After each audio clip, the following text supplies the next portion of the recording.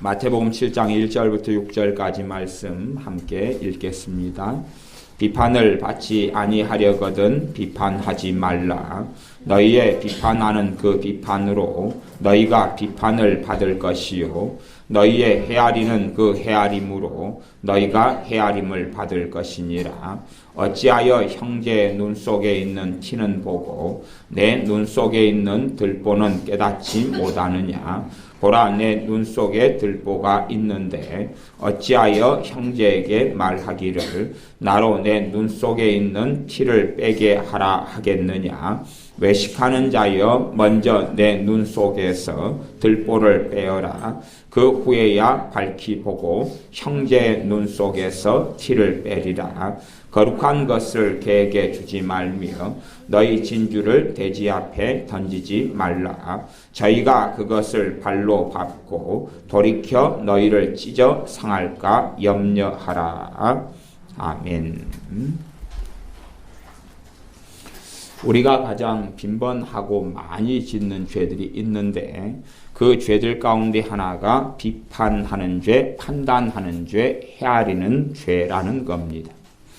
그래서 우리가 비판하는 것, 그 다음에 분별하는 것, 이 두 가지 가운데 균형을 이루는 것이 굉장히 중요합니다.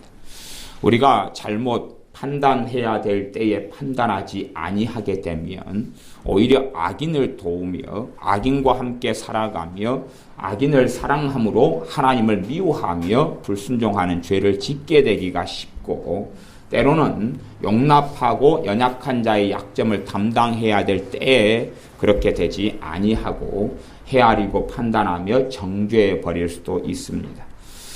말씀 7장 1절부터 6절까지를 본문으로 잡았는데 1절부터 5절까지의 말씀은, 핵심의 말씀은 비판하지 말라, 헤아리지 말라, 판단하지 말라, 그런 말씀이고, 7장 6절의 말씀은 어떤 말씀이냐 그러면 판단하라는 말씀입니다. 판단하라는 말씀.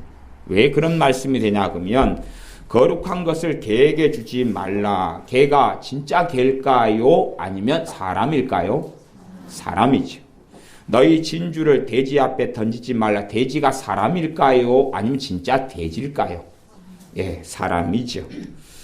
저희가 그것을 발로 밟고 돌이켜 너희를 찢어 상할까 염려하라. 돼지나 개가 우리를 찢어 상하는 건 아니라 우리가 오히려 보신탕을 좋아하고 삼겹살을 좋아하고 돼지 목살을 좋아해서 우리가 찢어서 잘 고추장에 찍어 먹고 된장에 찍어 먹고 맙니다. 사람을 이야기합니다. 그렇기 때문에 이 7장 1절에서 6절에서는 두 가지의 균형이 사실은 필요한 것입니다. 어떻게 바르게 판단해야 될 것인가, 어떻게 바르게 헤아려야 할 것인가, 또한 어떻게 헤아리지 않아야 할 것인가에 대한 균형이 필요합니다.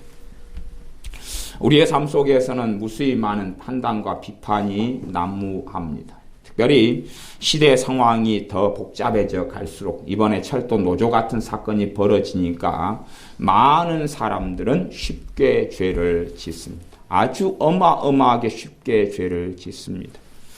철도 노조에 대해서 제가 기본적인 것을 말씀을 드렸지만 그 친구들, 물론 저 친구들은 아무도 없는데 그 친구들의 평균 연봉은 6,500만 원입니다.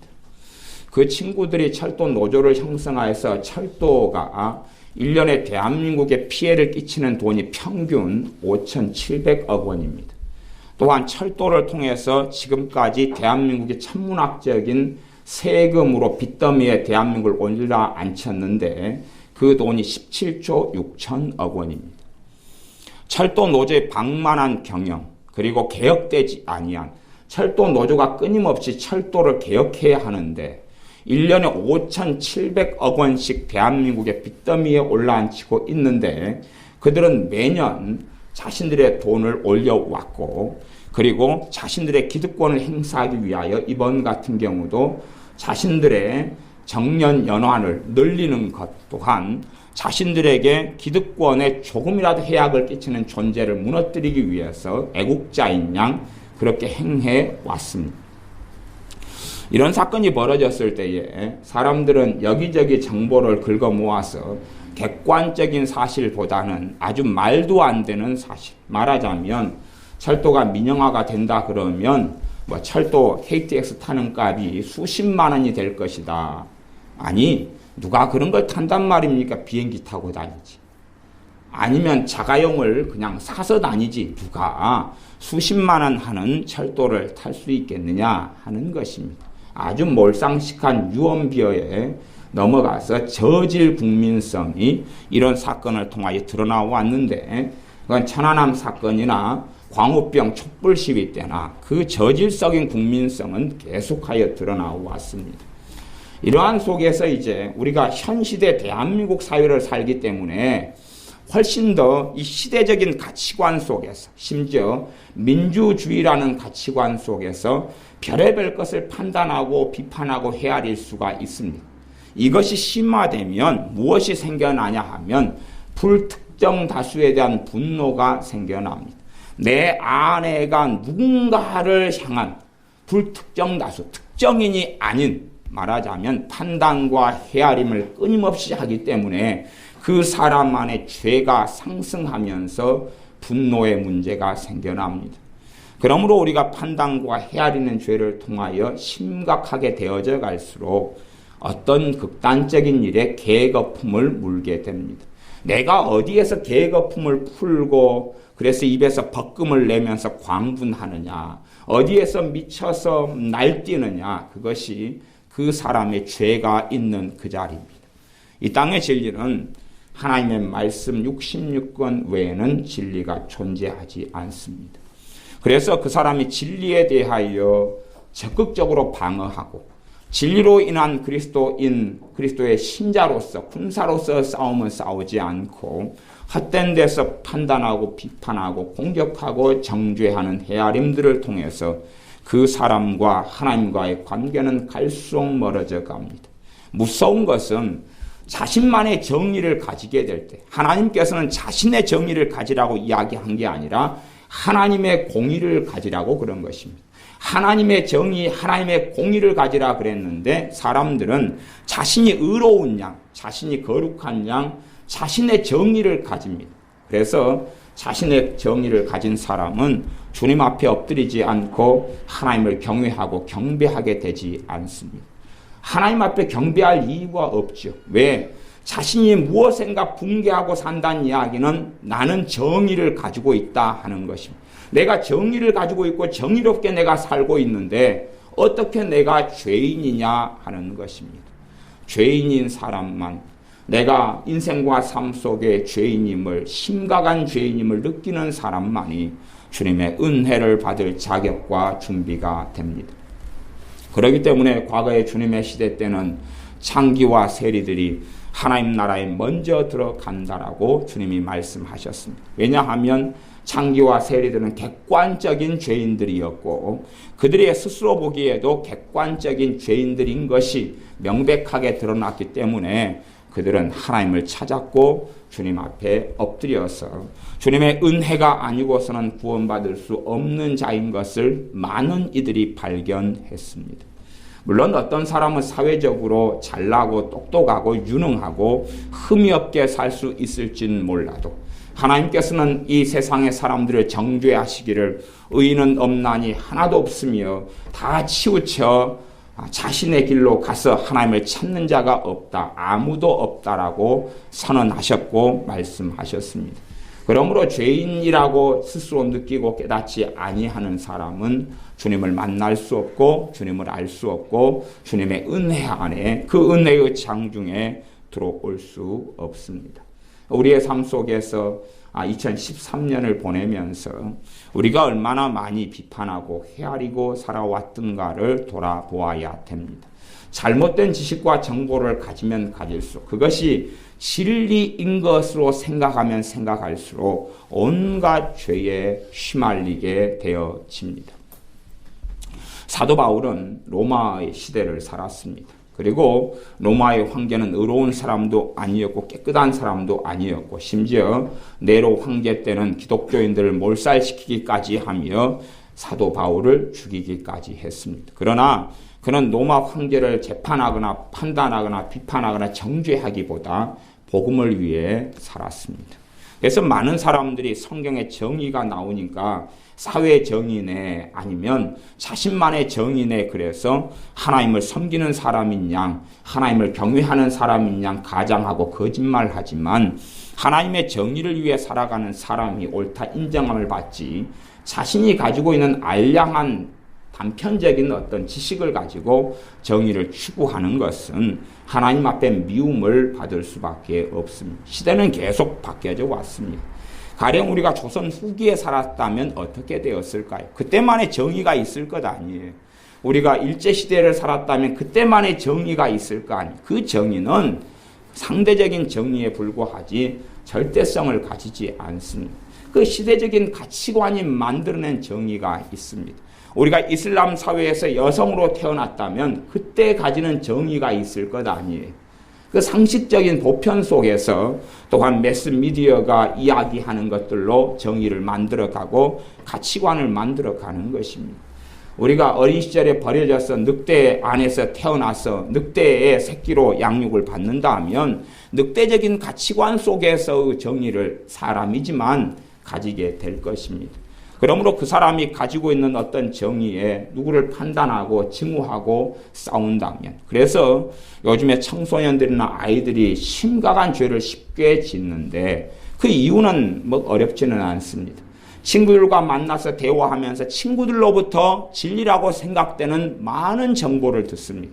그 다음에 그 정보를 통하여 첫째 판단하고 정죄하는 이는 자기 부모가 됩니다. 말하자면 자기 친구를 만났는데 한 친구가 핸드폰을 뭐 갤럭시 3를 좋은 것을 아니면 뭐 노트인가 뭔가 요즘 노트 값이 원체 비싸져서 5,000원씩 7,000원씩 그런 노트를 하여튼 갤럭시 노트인가 그걸 사가지고 있는데 왜 우리 엄마는 너 엄마는 노트를 사줬는데 우리 엄마는 노트를 안 사줬냐. 그런 다음에 이제 자기 엄마에 대해서 분개함을 품습니다. 전에 어떤 청년 하나가 그랬습니다. 자기 아버지와 어머니에 대해서 무수한 분개와 분노를 품은 청년이 있었습니다. 그래서 그 청년의 살아왔던 인생을 들어보니까 어릴 때부터 부모가 거기도 아버지가 초등학교 선생님이고 그랬더라고요. 근데 이제 딸을 굉장히 과보를 했어요. 그래가지고 해줄 것을 열심히 해주고 살았는데 중학교 후반전이 되니까 사람이 아닌 거라요. 그래서 그때부터 안 해주게 되고 혼을 내게 됐는데 안 잡히는 거예요. 그래서 그때 당시에 고등학교 1학년이 들어갔는데 이제 딸이 집안을 뒤집어 엎고 난리를 피웠는데 이유는 뭐냐 하면 핸드폰 사놓으라는 거예요. 딸이 아빠 엄마한테 주장하는 건 뭐냐 그러면 핸드폰을 안 가진 애가 아무도 없다는 거예요. 당시 핸드폰이 얼마였을 때냐 그러면 초기에서 200만 원 나왔을 때 있잖아요. 핸드폰 초기 나왔을 때. 말하자면 고등학교 자기 반 애들이 아무도 핸드폰이 없었어요. 그리고 학교 전체를 따져서 한두 명이 있었는데 걔가 느끼기에는 뭐냐 그러면 그것을 친구로 두고 있으니까 자기가 느끼기에는 모든 자기 반 아이가 핸드폰을 가지고 있다라고 자기는 생각했어요. 그 다음에 그렇게 아무도 핸드폰을 가지고 있지 않거나 간혹 하나 있는 그 친구를 두고 있으면서 그 정보를 들으면서 왜 내게는 엄마 아빠는 핸드폰을 안 사내 주느냐. 그래서 저하고 몇 년 전에 상담할 때에 그것에 대해서 이제 시간이 20년이 지났잖아요. 그렇죠? 20년이 지난 일인데 안에 분개를 품는 거예요. 누구에 대한 증오심을 품어요? 아버지에 대한 증오심. 어머니에 대한 증오심을 품는 거예요. 자기 정의는 뭐예요? 당연히 아버지 어머니는 그 어마어마하게 비싼 핸드폰이라 할지라도 내게 사내 주어야 한다라는 정의를 가지고 있는 것이죠. 그거에 따라서 자기 부모를 판단하고 정죄하고 그래서 점점점 반항적이 되니까 아버지는 더 잡아보려고 몽둥이를 더 때리게 되고 그러면서 삐뚤게 나가고 더 때리게 되고 삐뚤게 나가고 그래서 예수님을 믿게까지 자매가 됐는데도 극단적인 이기심 극단적인 하나님을 섬기고 경외하기보다는 하나님을 노예로 삼아 보려고 예수님을 믿었다 하는 거예요. 근데 하나님이 자기 손아귀에 잡히지 않아요. 자기 마음대로 신앙생활을 해보는 거예요. 자기 마음대로 기도해보고 하나님을 액세서리처럼 알라딘의 요술 램프처럼 지배해보려 하는데 하나님이 말을 듣지를 않아요. 그래서 다시 교회를 뛰쳐나갔다가 또 힘드니까 왜 부모도 이제 자기를 딱 버려버리고 눈 안에 두지 않으니까 또 교회로 돌아왔다가 또 뛰쳐나갔다가 어떻게 하면 하나님이 내 말을 잘 들을까요? 하는 요구를 하나님께 안 하고 저한테 하더라 그 말이에요. 그래서 웃고 말죠. 그냥 웃지요. 그게 과거에 어떤 이가 지었던 시입니다. 자기만의 정의는 무수히 많은 영역에서 만들어갑니다. 무수히 많은 영역에서 만들어가요. 우리가 시대 상황에서 가령 지금 이집트에서 시리아에서 막 내전이 일어나고 막 싸움이 일어나면 우리가 그 가운데 살면 대한민국 사람이 가지고 있는 신문과 뉴스와 TV와 방송을 통해서 아니면 광주 사태나 5.18이나 12.12 사태나 뭐 6.29 뭐 선언이나 뭐 기타 등등 무수히 많은 정치적인 이슈에서 가지는 판단과 정죄하고는 우리가 이집트에서 태어났다면 전혀 다른 시각과 생각을 가질 거예요. 그럼 여기서도 정의가 있고 저기서 정의가 있겠죠. 하지만 그것들이 대다수라고 말하여서 그래 더 많이, 대다수보다 훨씬 더 많이 악으로 쫓아나는 것이고 헤아림으로 쫓아나는 것이고 판단과 정죄로 쫓아나는. 그래서 그런 삶을 많이 사는 사람들이 아내가 견고한 진을 쳐 있습니다. 안에 그냥 아주 바늘구멍도 안 들어가는 견고한 진을 뱃속에 치고 있습니다. 그래서 뭔가를 건드리면 거기에서 이제 분노 양성소가 있어요. 불특정 자수에 대한 판단과 비판과 정죄와 정부를 위해서 국가를 위해서 정죄하고 판단하고 아니면 그 돈 좀 돌라먹은 조금 돌라먹은 건 아니죠. 전두환 대통령 노태우 뭐 그냥 막 판단하고 정죄하고 옛날에 제가 그런 이야기를 했습니다. 제가 한참 80년대에 전두환 대통령을 한참 욕을 했어요. 왜냐하면 사회가 그때 돈 돌라먹은 것 때문에 이슈가 되고 문제가 되고 그래서 저도 친구들과 함께 대학생 때니까 욕하고 정죄하고 왜 그런 놈이 있대 썩을 놈이 있대 막 그렇게 했어요. 그렇게 한참 하다가 기도를 주님 앞에 하는데 주님이 저한테 그러셨어요. 니는 그런 나쁜 놈 아니냐. 니는 그런 나쁜 놈 아니냐 그러시더라고요. 제가 깜짝 놀랐어요. 그래서 제 마음으로는 저는 그런 나쁜 놈 아닌데요. 그러려고 그러는 거죠. 왜 돌라먹은 것이 없으니까 누가 돌라먹으라고 통장을 막 줘야 되는데 도장하고 비밀번호하고. 근데 그런 적이 없어가지고. 그런데 너가 그 자리에 서면 너는 그 시험에 유혹에 안 넘어갈 것 같으냐. 너는 거기에서 얼마나 깨끗하면 너는 얼마나 거룩하겠느냐. 물론 그가 자행했던 악한 일들이 선하다는 이야기는 아니에요. 결코 그렇게 되지는 않아요. 그러나 너가 정말로 너는 깨끗한 양, 너는 거룩한 양, 너는 죄가 없는 양, 너가 그래서 거룩한 사도가 돼서 그를 정죄하고 판단하느냐 하는 말씀으로 제가 알아먹었습니다. 그렇게 많이 되어져서 어쩐지 기도가 잘 안 되기 시작하더라고요. 그 양반을 씹고 그래도 한참을 했어요. 그냥 하루 이틀 씹은 건 아니고 몇 달을 씹었어요.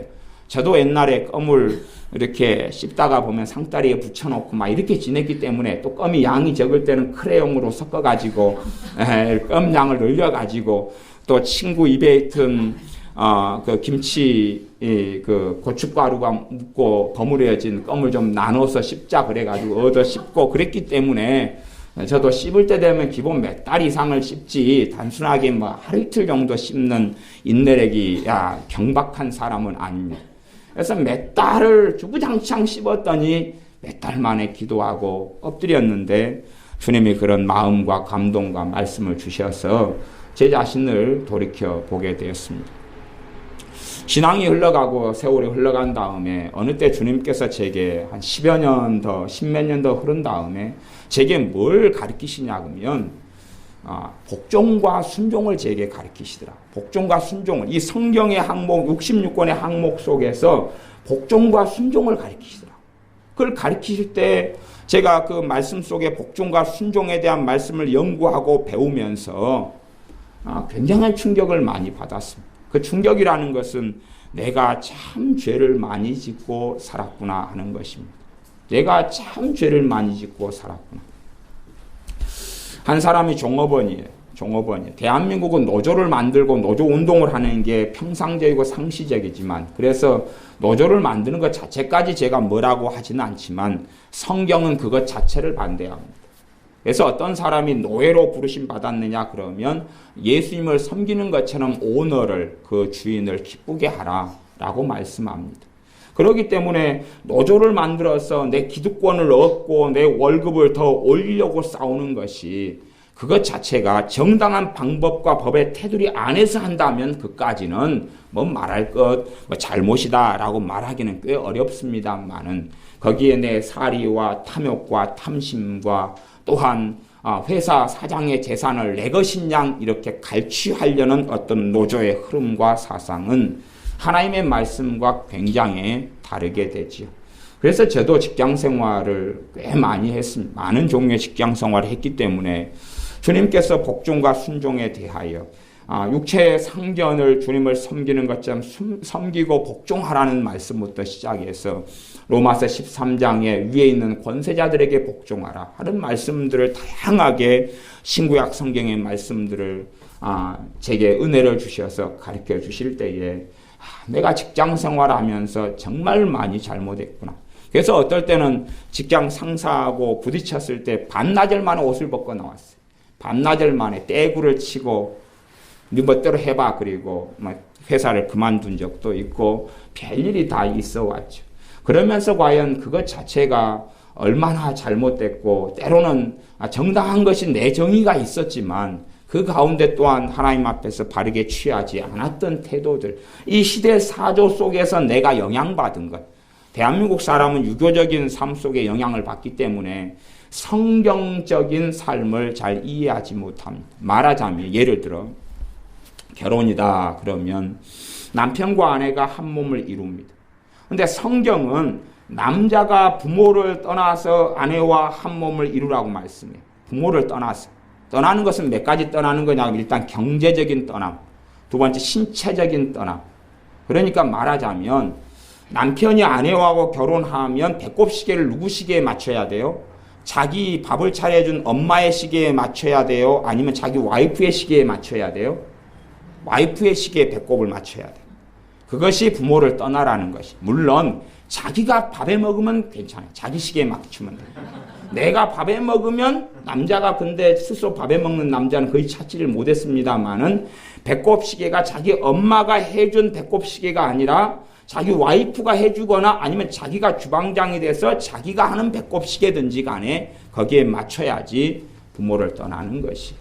부모를 떠나서 아내와 한 몸을 이루라. 신체적인 독립, 경제적인 독립, 감정적, 정서적인 독립을 이루어야지 좋은 가정을 이룹니다.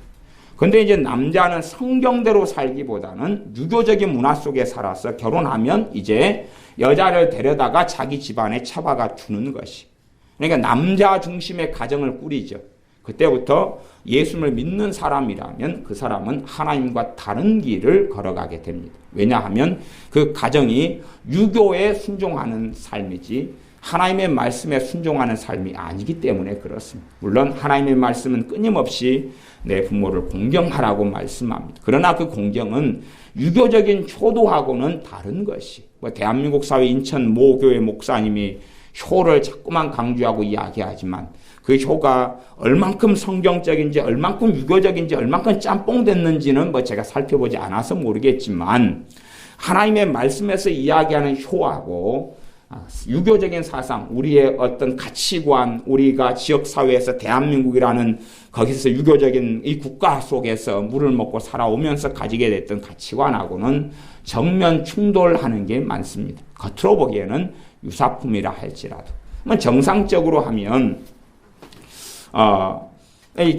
결혼한 부부가 남편 집에 한 번 가면 아내 집에도 한 번 가야 돼. 이게 정상적이고 바른 것이고 이 성경 말씀 안에 바른 것이. 왜냐하면 부부가 되면 양자의 부모가 자기의 부모가 되는 거지 한쪽의 부모가 되는 게 아니에요. 그 다음에 부부는 결혼해서 누구에게 예속되고 종속되는 게 아니라 서로 돕는 관계예요. 일방적인 관계가 아니에요. 누가 누구를 지배하는 관계가 아니에요. 유교 사상은 남존여비고 그 다음에 여자가 시집 오면 남자의 가정에서 귀신이 될 때까지 귀신이 어떻게 되는지 모르겠습니다. 머리에 풀고 막 얘가 나타나는지 몰라도 그때까지 이 집 귀신이 되라 하는 웃기는 소리 속에 살아가지만 하나님의 말씀은 그것하고는 전혀 다르다는 것이죠.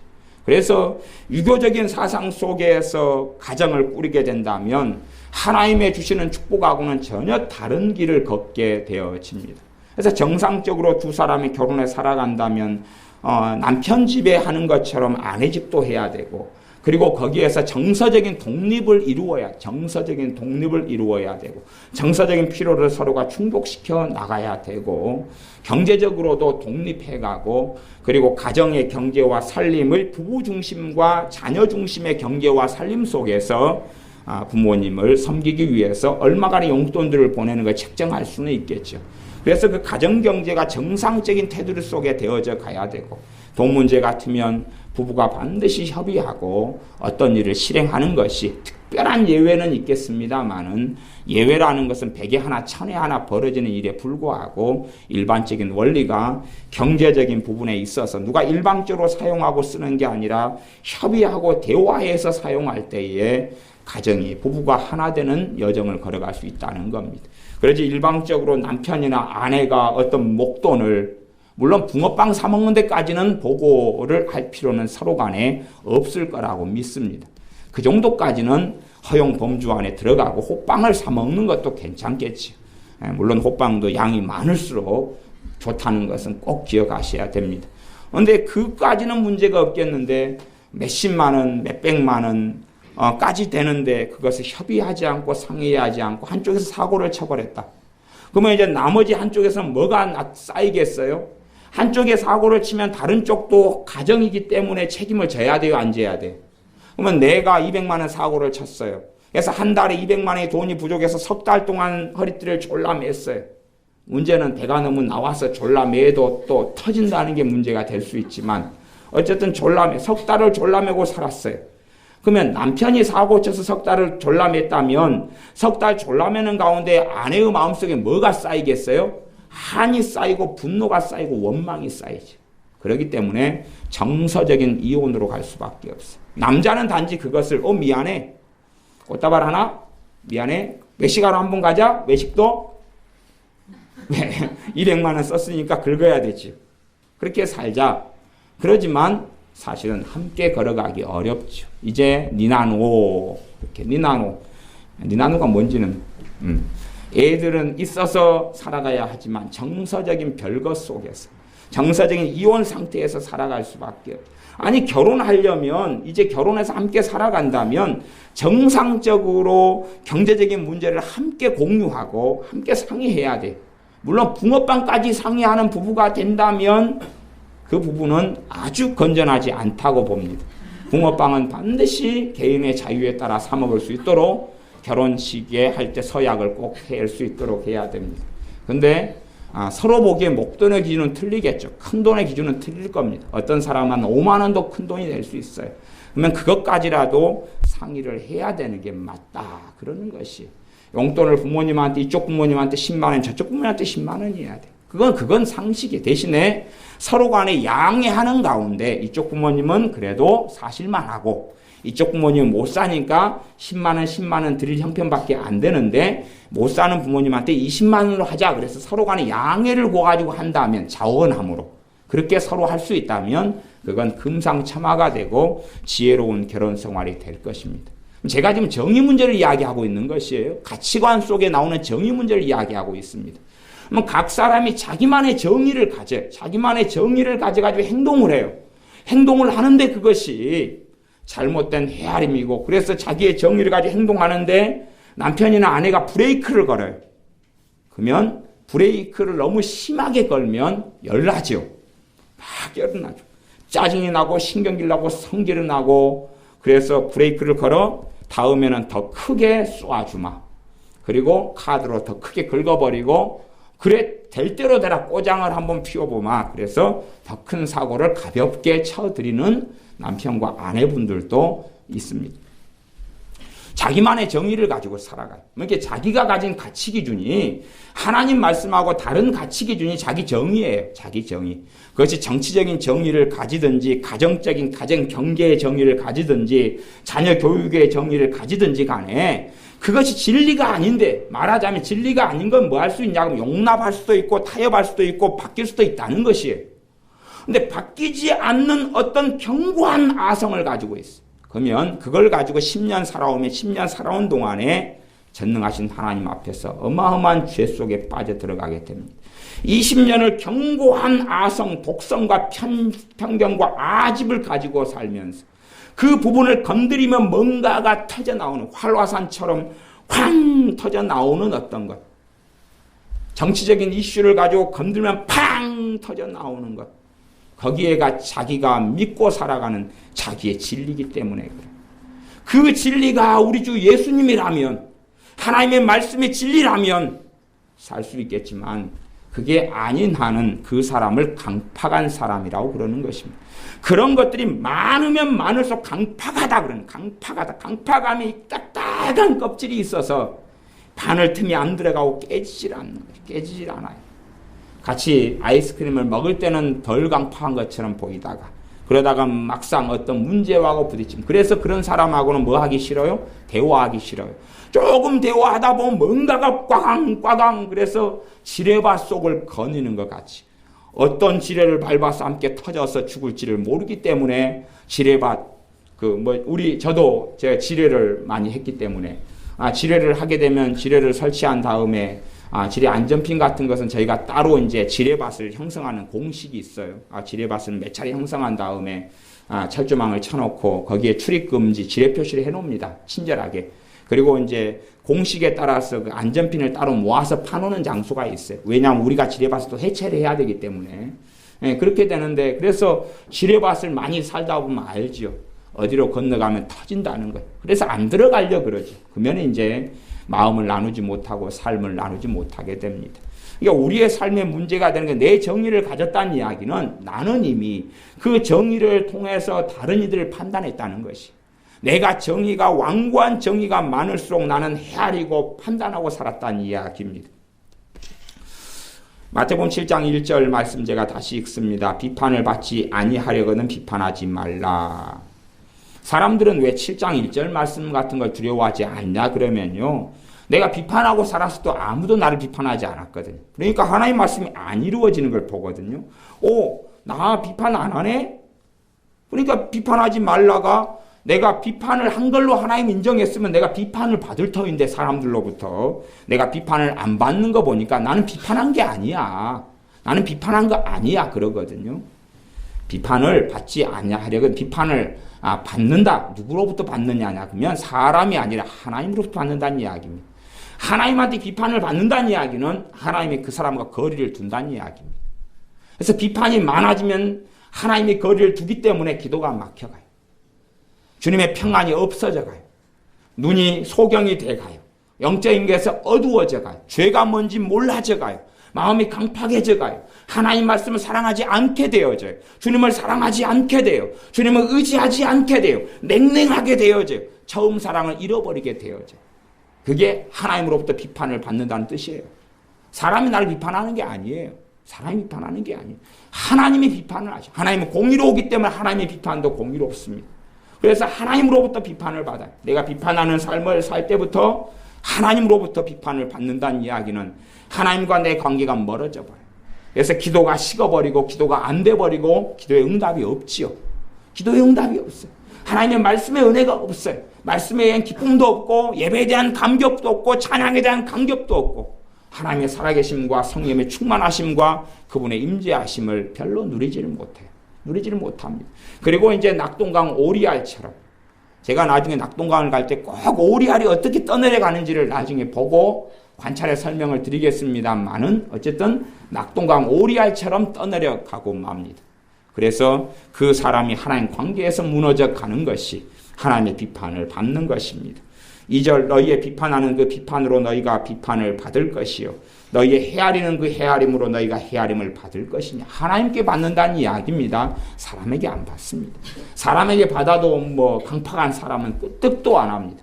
그건 아무 영향을 안 미치죠. 하나님으로부터 받아요. 그렇기 때문에 자기만의 정의는 자기 의지요. 나는 잘났다, 나는 옳다, 나는 깨끗하다, 나는 바르다. 그렇기 때문에 내 입장에 보기에 의로우지 않은 사람을 정죄하고 비판하고 공격하는 것이죠.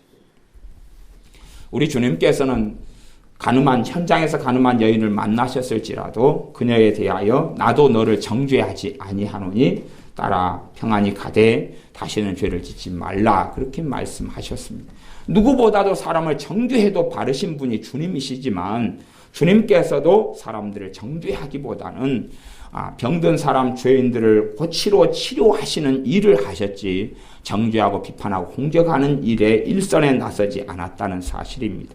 그러므로 우리의 삶 속에 정죄하고 비판하고 헤아리는 것들을 돌이켜보아서 그런 부분들을 가지고 주님 앞에 나아가고 내가 가진 내가 계급품을 푸는 것, 나를 흥분시키는 것, 안 좋은 쪽으로 분개시키는 것, 나를 열받게 하는 것, 내 마음에 막 광분하는 것, 사실은 그것이 죄가 쌓여있는 웅덩이입니다. 죄의 웅덩이에요. 거기에서 독소가 나고 썩은 것이 난 뭘 건드렸을 때 그냥 미치고 광분하냐. 그럼 이제 1번 키워드 자식. 1번 키워드 자식. 네 자식 멍청하네. 네 자식은 똑똑해. 물론 외향적이지 않고 내성적인 사람은 그래 두고 보겠다. 그리고 이빨을 가는 수도 있지요. 그래서 이빨을 갈다가 이빨이 날카로워지고 흔들려서 치과를 많이 이용하게 될 수도 있습니다. 자녀 문제를 건드리면 내가 강분하고 입을 계급품을 문다면 그러면 나는 자녀에 관련돼서 하나님 앞에서 큰 범죄와 깊은 범죄를 오랫동안 하고 사는 걸 이야기해요. 또 어떤 사람은 형제나 부모를 걸고 넘어가면 계급품을 묻습니다. 그래서 계급품을 물면 그 형제와 부모에 관련돼서 잘못된 영적인 결속과 영적인 결합이 강하게 돼 있다는 이야기. 거기에서 죄가 흘러들어오고 흘러나가고 연민을 통해 마귀역사가 흘러들어오고 흘러나가고 그런 걸 건드리면 막 그냥 막 충천해가지고.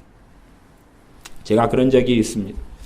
전에 동생을 친구 하나가 건들고 때렸다는 이야기를 들어서 제가 수학여행 갔다 오자마자 친구가 동생을 괴롭혔다는 이야기를 들었어요. 그래서 수학여행 갔다 오자마자 가방을 팽개치고 500m를 달려갔습니다. 마침 초등학교 운동장에 친구가 놀고 있더군요. 그래서 달려가서 날아차기로 바로 봐버렸습니다.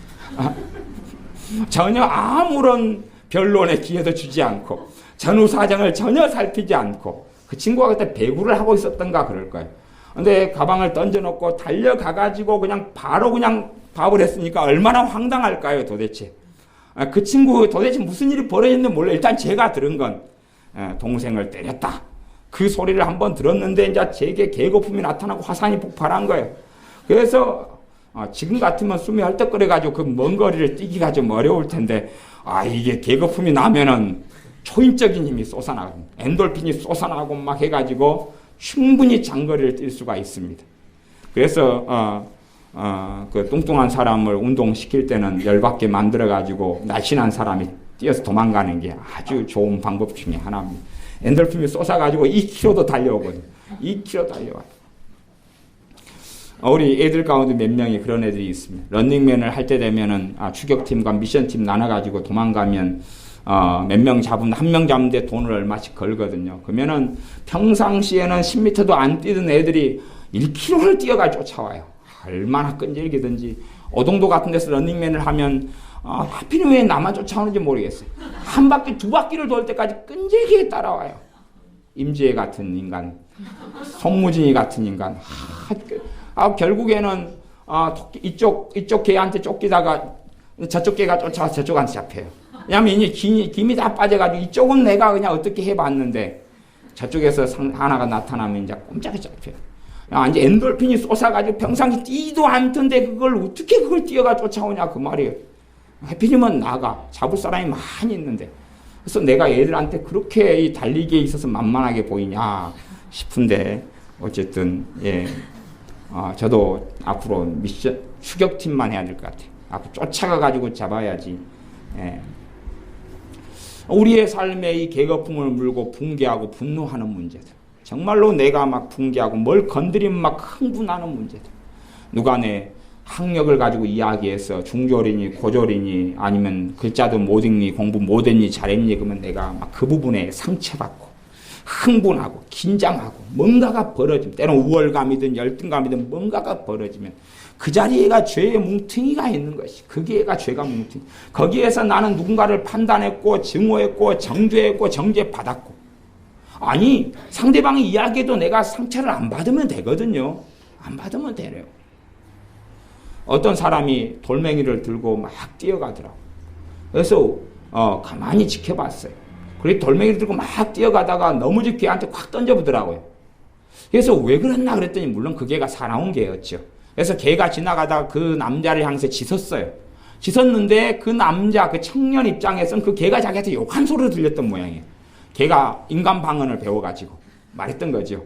욕을 막 한 소리 들렸는가 이제 이 청년이 열받은 거예요. 걔가 몇 번 짖었어요. 걔는 지나가던 사람마다 다 짖거든요. 그 개가.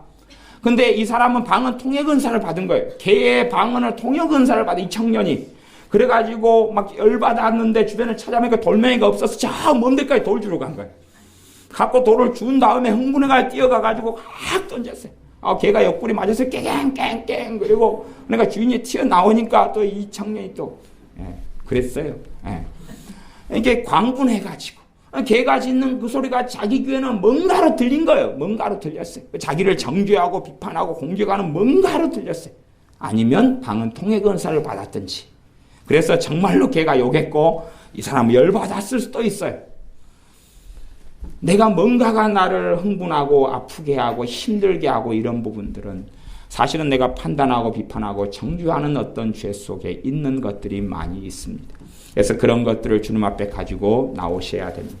바른 분별에 대해서는 7절에 그렇게 말씀했습니다. 거룩한 것을 개에게 주지 말며 너희 진주를 돼지 앞에 던지지 말라. 저희가 그것을 발로 밟고 돌이켜 너희를 찢어 상할까 염려하라.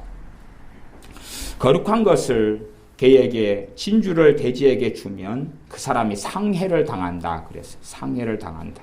그래서 마귀 역사가 충만하고 또한 악하고 이런 사람들에게 우리가 은혜되는 걸 나누고 좋은 걸 나누고 어떻게 하면 그로 인하여 심각한 해를 당하는 것은 많이 벌어지는 일입니다. 지혜롭지 못한 소치인 것이죠. 그런 사람을 분별하고 아는 것, 이런 사람에 대한 말하자면 악인에 대한 분별 또한 강팍한 자들에 대한 분별 등등의 이야기를 창세기부터 마지막 장까지 위선자에 대한 분별. 주님께서 위선자들인 바리새인 서기관들과 함께하는 여정을 살지를 않았습니다. 그런 자들과 함께 동떨어지고 너희는 거기에서 나와라 말씀하시고 그런 삶을 살았기 때문에 그리스도인들이 사랑이라고 말할 때에 자기의 사랑하고 하나님의 사랑이 맞으면 좋은데 내가 어떤 사람을 사랑하는 게 하나님을 증오하고 미워하는 것이 될 수가 있어요. 내가 어떻게 하나님을 사랑하는 게 하나님을 사랑하는 게 될 수 있어요. 그러니까 내 이웃을 내 몸처럼 사랑해라 그랬는데 어떤 이웃을 사랑하는 것은 하나님을 증오하는 것이 되어버립니다. 어떤 이웃을 사랑하는 건 하나님을 사랑하는 게 돼요. 모든 이웃을 사랑하는 게 하나님을 사랑하는 게 아니란 사실입니다. 그건 성경이 구약이든 신약이든 반복적으로 말씀해서 제가 어떨 때는 시리즈 설교로 악인에 대한 설교들을 해온 적이 있습니다. 또한 그런 사람들과의 별개, 그런 사람들을 헤어지고 또한 갈라서라는 이야기의 성경의 말씀, 특별히 신약 또 구약을 말씀을 가지고 성경을 전했습니다. 그것이 하나님에 대한 사랑이 되어집니다. 그리고 이웃을 사랑하고 형제를 사랑하는 것은 하나님의 방법대로 사랑하는 것이 하나님의 방법대로 사랑하는 것. 그러면 잘못된 길을 걸어가는 사람에게 성경이 말씀한 사랑은 뭐냐 그러면 경책이죠. 경책은 뭡니까? 책망하고 꾸짖는 것이죠. 그렇기 때문에 그거 경책을 들을 때에 돌아서는 사람이 열에 하나가 채 안 되지요. 그래서 그 사람들에게 풀 서비스 해주고 도와주고 섬겨주는 건 하나님을 증오하고 미워하는 일이 됩니다. 물론 이렇게 짧은 이야기로 그에 관련된 말씀의 이야기를 다 설명을 드릴 수는 없습니다. 어쨌든 비판하고 판단하고 헤아리는 문제가 있고 그 다음에 판단해야 되는 문제.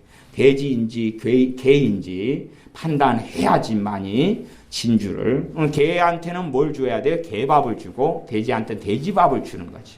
개한테 거룩한 것을 주고 돼지한테 진주를 주면 해를 내가 당한다는 거예요. 최소한 해는 뭐냐면 내 진주를 잃어버려요.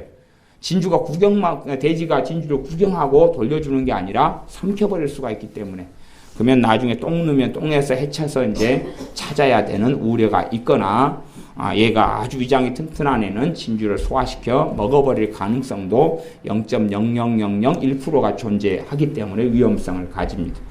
그거 이상으로 돼지에게서 해를 받는다라고 말씀해요. 그래서 정상적으로 분별해야 되는 이야기를 고린도전서 말씀에는 하고 있습니다. 물론 다른 성경도 꽤 많이 이야기하고 있습니다. 그래서 우리의 삶 속에 한 해를 돌아보시면서 판단하고 헤아리고 정죄했던 것, 심지어는 우리 주변에 어떤 결점을 가지고 약점을 가지고 문제를 가진 사람들이 등장해요. 그러면 우리는 우리 자신이 악해져 버려요.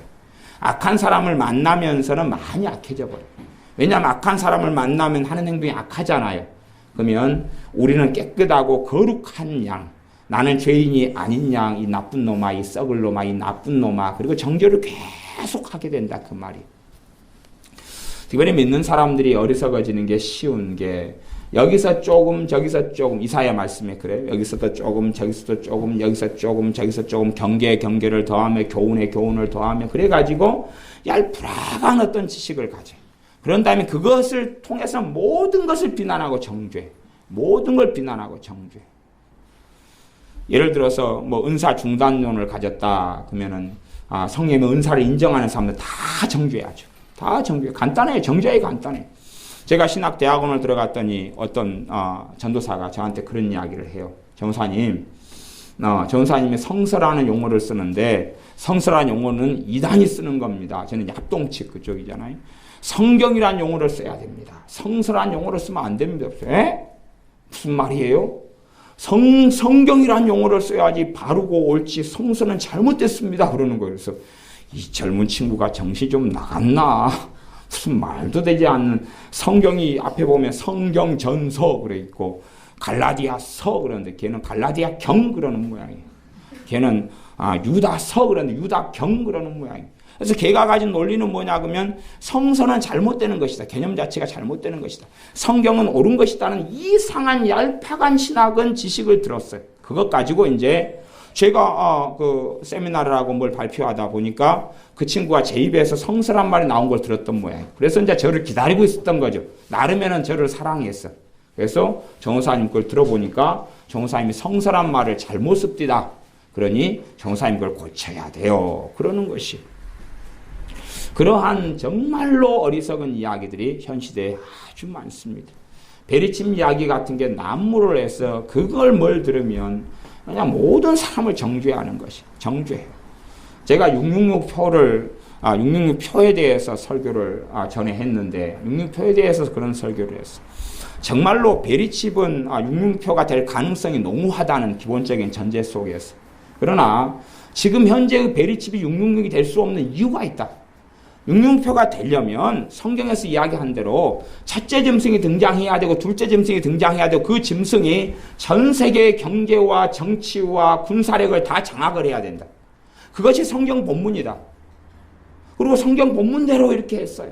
그랬더니 저한테 누가 그렇게 글을 보냈어요. 목사님은 모 목사님의 설교를 들으셔야 되겠습니다. 제가 그 모 목사 때문에 그 설교를 했다니까. 본문이 그렇다고. 그 사람은 그 모 목사의 설교에 미쳐가지고 제가 모 목사 설교가 이 성경 본문 때문에 잘못됐다고 이야기했는데 제가 그 깔고 이야기했어요. 깔고. 왜냐하면 원체 그 거짓말을 많이 퍼뜨리기 때문에. 근데 그 얄팍한 뭔가를 들은 다음에 모든 일을 판단하고 정죄하는 거예요. 모든 일을 판단하고 정죄하는 거예요. 성경에 없는 이야기. 하나님의 말씀에 없는 이야기. 성경에 입증되지 않는 이야기. 그런 거 있잖아요. 그래야 거기에서 모든 걸 판단하고 정죄하는. 그래서 얄팍한 신학적 지식이나 얄팍한 어떤 말씀에 근거하지 않는 영성에서 기괴한 것, 또 심지어는 옛날부터 유행했던 게 있어요. 영해라고, 알레고리 성경 해석이라고, 풍류적인 성경 해석이라고. 거기에 사로잡혀가지고 거기에서 얄팍하게 들어서 그런 말을 하는 사람들은 뭐라고 이야기하면 자기만 특별 계시로 뭔가를 받았다는 웃기는 이야기를 하는. 그런 것을 들은 다음에 거기에 비추어서 판단하고 정죄하고. 그래서 얄팍하게 어떤 것을 아는 사람들은 정말로 위험 인물이 되고 맙니다. 하나님의 말씀 속에 문맥적인 속에 하나님의 말씀을 바르게 해석하고 이해하고 깨닫는 것, 또한 겸비함으로 이 하나님의 말씀이 나로 하여금 주님을 더 의지하게 만들고, 이 바른 하나님의 말씀을 해석했을 때 이 바른 말씀을 통해 내가 해석했다면 나는 누구보다도 더 우리 주 예수님을 의존적인 사람으로 변해갑니다. 나는 누구보다 더 내 힘과 내 의로움과 내 지혜를 의지하지 아니하고 주님 의지하는 사람으로 변해갑니다. 이 하나님의 말씀이 내게 더 바른 영향과 열매를 맺고 말씀을 바르게 깨달았다면 성령 하나님께서는 우리 안에서 더 충만히 역사하십니다. 이 하나님의 말씀이 내게 바르게 더 역사했다면 진리를 알지 진리가 너희를 자유케 하리라는 말씀대로 우리가 영육 간의 자유함 가운데 더 깊이 나가게 되어집니다. 내가 바른 말씀 속에 거하느냐 그렇지 않느냐는 우리의 삶의 열매를 보면 아는 것입니다. 우리 안에 주님에 대한 무서움을 가지느냐, 주님 앞에서 내가 평안을 가지느냐. 물론 잘못된 신학적인 이론을 통해서, 지식을 통해서 자기가 믿음 안에 거해 있지 않으면서도 안전한 척 생각하는 그런 거짓 평안 말고 정말로 주님 안에 거하고 있기 때문에 있는 하나님의 말씀을 통한 성령님의 도우심과 역사를 통한 그런 평안을 더 누리느냐, 아니면 내 안에 섬찟함과 두려움과 벌벌 뜸과 쉼이 없고 안식이 없느냐. 내가 정말로 주님을 섬기는 믿음 안에 거하고 살면 우리 안에는 쉼과 안식이 나타납니다. 그러므로 주님께서 내가 너희를 쉬게 하리라, 너희가 내게 와서 배우면 쉼을 얻으리라 그랬습니다. 우리 안에 쉼을 얻는다면, 그렇게 해서 이 땅에 주님 안에서 영적 분사로 살아가지만 쉼을 내 안에 얻고 살아간다면 내 짐은 쉽고 가벼움이니라 말씀했기 때문에 그 말씀은 성령 하나님을 통하여 이 땅에서 이루어져 가는 것입니다. 주님을 섬기고 믿고 살아가는 것이 쉽고 가벼운 삶이라면 내가 바른 열매를 맺고 있는 것이고, 주님을 믿고 섬기는 것이 너무 고통스럽고 힘겹고 어렵다면, 물론 그것이 어떤 환경적인 문제도 함께 하지만 본질적으로는 그렇다면 내가 바른 믿음의 여정을 걸어가지 아니하고 어떤 문제들 속에 있다, 이렇게 말할 수 있습니다. 그러므로 우리의 삶 속에 우리가 판단하고 비판하고 헤아리는 것들을 정리하고 정돈해야 됩니다. 또한 바르게 헤아려야 됨에도 불구하고 그 안에서라도 우리가 긍휼을 잃지 말아야 됩니다. 무수히 많은 목회자들이 바른 이야기를 하기도 하지만 어그러진 이야기를 합니다. 어그러진 것을 어떻게 바르다 그러겠습니까? 어그러진 것은 틀렸다라고 이야기해야 되죠. 그러나 우리 안에 또한 그들을 향한 우리 자신도 완벽하지 않고 진리 가운데 다 깨닫고 말씀대로 살지는 못하기 때문에, 그래서 그들을 향해서도 기도가 필요하고 긍휼이 필요하고 자비가 필요하고, 때로는 그들이 우리가 그가 틀린 부분에 나는 옳다고 가정한다면, 때로는 그가 믿음 안에 더 깨닫고 회개하고 엎드리게 된다면 내가 옳다고 믿어서 그가 틀린 그것을 어떨 때는 빨리 수정하고, 우리가 어그러진 부분에서는 그가 더 빨리 주님을 닮아갈 수도 있다 하는 것입니다. 심지어 그가 주님 안에 더 깊이 들어와서 그의 주님을 섬기는 믿음을 통하여 내가 유익을 얻을 수도 있겠지. 그런 것처럼 먼저 된 자가 나중되고 나중된 자가 먼저 되는 일들이 우리의 삶 속에 벌어질 수밖에 없습니다. 그래서 우리가 사람을 비판하고 헤아리고 판단하는 것, 또한 반드시 헤아리고 판단해야 될 일들 속에서는 그렇게 할 때만이 우리가 분별하는 가운데 안전하고 깨끗하고 거룩한 삶을 삽니다. 그렇지 않으면 여러분이 앞에가 하수도 맨홀 뚜껑이 열려 있는데 그걸 본 다음에 맨홀 뚜껑이 열려 있네, 그걸 바르게 분별하지 않고 밟아버린다면 그 안에 들어가서 빠질 것 아니에요. 그러면 큰 사고와 어려움을 겪습니다. 바르게 분별한 다음에 맨홀 뚜껑을 덮든지 돌아가든지, 아니면 사람들이 다치지 않도록 표시를 해주고 지나가든지, 시청에 신고를 하든지, 아니면 나만이라도 피하든지 등등을 해야 될 것 아니겠습니까? 그래서 바르게 분별하는 것은 나를 살리고 내 가정을 살리는 것이 됩니다. 우리의 인생과 삶이 나만의 독립적인 삶이 아니라 내 가정이나 자녀가 함께 걸어가는 공동체의 여정이기 때문에 내가 넘어질 때에 내 가족 형제에게 해를 같이 끼치게 되어집니다. 우리가 바르게 분별할 때에 나만이 안전한 게 아니라 내 가족과 형제를 안전한 길로 인도하게 됩니다. 그러나 우리가 어떤 비판과 판단을 잘못하게 될 때, 아니면 긍휼이 없는 비판을 하게 될 때, 사랑이 없는 비판과 정죄만으로 그치게 될 때에는 그게 아무리 옳은 것처럼 보인다 할지라도 하나님 앞에서는 옳게 되지 않고 우리의 기도가 막히고 주님의 평안을 잃어버리고 감사를 잃어버리고 기쁨을 잃어버리게 됩니다. 우리가 그래서 주님 앞에 이 비판의 문제, 헤아림의 문제, 또한 마땅히 분별하고 나아갔어야 하는데 그렇지 않게 살아온 문제를 가지고 함께 기도하며 주님께 나아가겠습니다. 제가 먼저 기도하겠습니다. 아버지 하나님, 우리가 비판받지 아니하려거든 비판치 말라 말씀하셨사온데 정치적인 문제에 있어서 알지 못하면서 무수히 많이 비판하고 헤아리며 판단하며 정죄하고 가정사 속에서 우리의 판단을 주장하며 우리의 생각과 독성과 아집대로 살아오면서 잘못된 어그러진 길을 걸어왔던 것을 고백하며 회개합니다. 또한 마땅히 걸을 사람을 거르고 정리할 사람을 정리하여 바른 분별 속에 하나님께서 말씀하신 대로 악한 자와 함께 길을 걷지 않아야 하는데 악한 자와 함께 길을 걸으면서 내 가정에 해를 가져오고 내 사랑하는 자녀들에게 해를 가져왔던 어리석은 삶을 고백하며 회개하오니 용서하여 주시고 하나님의 말씀 앞에 분별할 때 바르게 분별하고 헤아릴 때 바르게 헤아리되 하나님 앞에 우리가 항상 죄인이고 연약한 긍휼한 겸비한 자로서 바르게 헤아리되 또한 잘못된 헤아림과 잘못된 비판에서 벗어나게 도와주시옵소서.